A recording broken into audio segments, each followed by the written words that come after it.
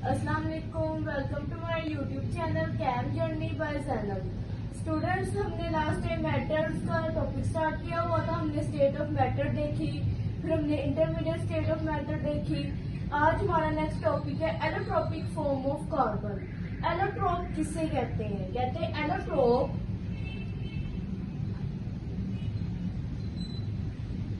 is exist more than one structure of element। कहते हैं allotropes हमारे पास वो होते हैं जिसका एक या एक से ज्यादा स्ट्रक्चर हो, उसको हम एलोट्रोप्स कहते हैं। कि एलोट्रोप्स क्या है? कोई भी एलिमेंट है ना, उसका स्ट्रक्चर एग्जिस्ट करे मोर देन वन फॉर्म, एक या एक से ज्यादा। जैसे हमारे पास बेटा ऑक्सीजन है, ऑक्सीजन के दो एलोट्रोपिक स्ट्रक्चर होते हैं हमारे पास। एक होता है O2 जिसको हम ऑक्सीजन कहते हैं, और एक होता है O3 जिसको हम ओजोन कहते हैं। ओजोन पाया कहाँ पे जाता है? हमारी ये अर्थ है ना, इसके गिर्द एक गिलाफ होता है, उसको हम कहते हैं ओजोन लेयर, जो हमें यूवी रेडिएशन से प्रोटेक्ट करता है, जो सन से खतरनाक यूवी रेडिएशन आती है। अगला हमारे पास बात हो रही है एलोट्रोपिक फॉर्म सल्फर की। बच्चों, सल्फर की भी हमारे पास दो एलोट्रोपिक फॉर्म है। हमारे पास टोटल ऑक्सीजन की भी दो थी, सल्फर की भी दो है। एक को हम कहते हैं रोहोम्बिक,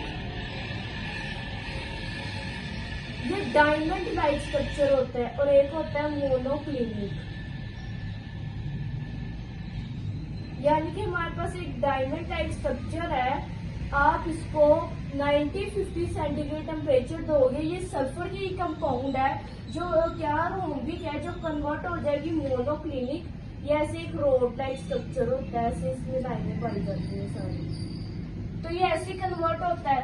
कोई भी एलिमेंट की एलोट्रोपिक फॉर्म चेंज कैसे होती है? कभी आप उसको टेम्परेचर दे दो, प्रेशर दे दो, इस वजह से। लेकिन इन सब की फिजिकल केमिकल प्रॉपर्टीज डिफरेंट है।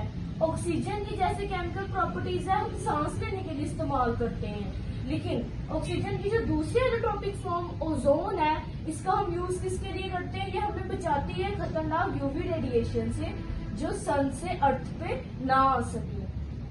सल्फर ये रोहोम्बिक है, ये डायमंड फॉर्म में होता है हमारे पास। इसकी शेप जब आप इसको टेम्परेचर देते हो तो ये मोनोक्लिनिक शेप में कन्वर्ट हो जाता है। इनकी भी अलग प्रॉपर्टीज होती है हमारे पास।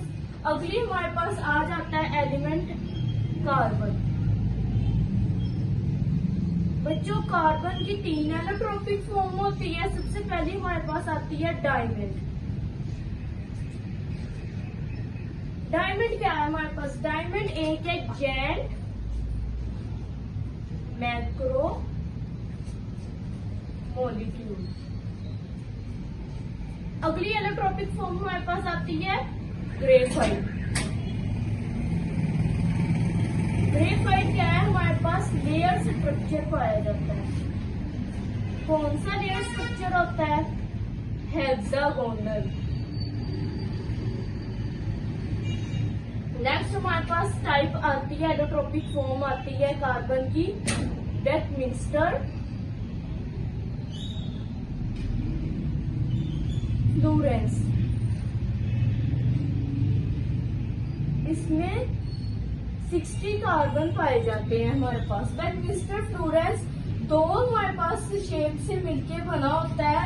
ये क्या करते हैं? एक पूरा सर्कल बनाता है, स्फीयर बनाता है हमारे पास। वो कौन सी शेप होती है? हेक्सागोनल और पेंटागोन। यानी कि हमारे पास ऐसे स्ट्रक्चर बना होता है। ये हेक्सागोनल और पेंटागोन का स्ट्रक्चर मिलकर ये पूरा ऐसे स्फीयर बनाता है। उसके बाद बेटा ये जो है ना, बेकमिंस्टर का टेम्परेचर और प्रेशर दोनों हाई होता है। इसका मेल्टिंग पॉइंट क्या होता है? लो होता है हमारे पास। तीसरी बात, ये सॉफ्ट मेटल है, ये क्या करता है? इलेक्ट्रिसिटी को कंडक्ट नहीं कर पाता, कैन नॉट कंडक्ट इलेक्ट्रिसिटी। बच्चों ये हमारा topic allotropic form of substance था। ये शॉर्ट में मोस्टली आता होता है, तो आपको एलोट्रोप की डेफिनेशन आनी चाहिए। आप उसके दो एग्जांपल दे सकते हो, या वो आपसे एमसीक्यूज के तौर पे पूछ सकता है कि ऑक्सीजन की कितनी एलोट्रोपिक फॉर्म हो सकती है, सल्फर की कितनी हो सकती है, या कार्बन की कितनी। तो आपको याद हो ऑक्सीजन की एलोट्रोपिक फॉर्म 2 है, सल्फर की भी 2 है, और जो कार्बन है उसकी 3 है। फिर यहाँ कभी कभी एमसीक्यूज में पूछ सकता है इस rhombic the allotropic form of oxygen sulphur carbon elements के नाम दिख देगा, तो आपको पता होना चाहिए कौन सी एलिमेंट की कौन सी एलोट्रोपिक फॉर्म है।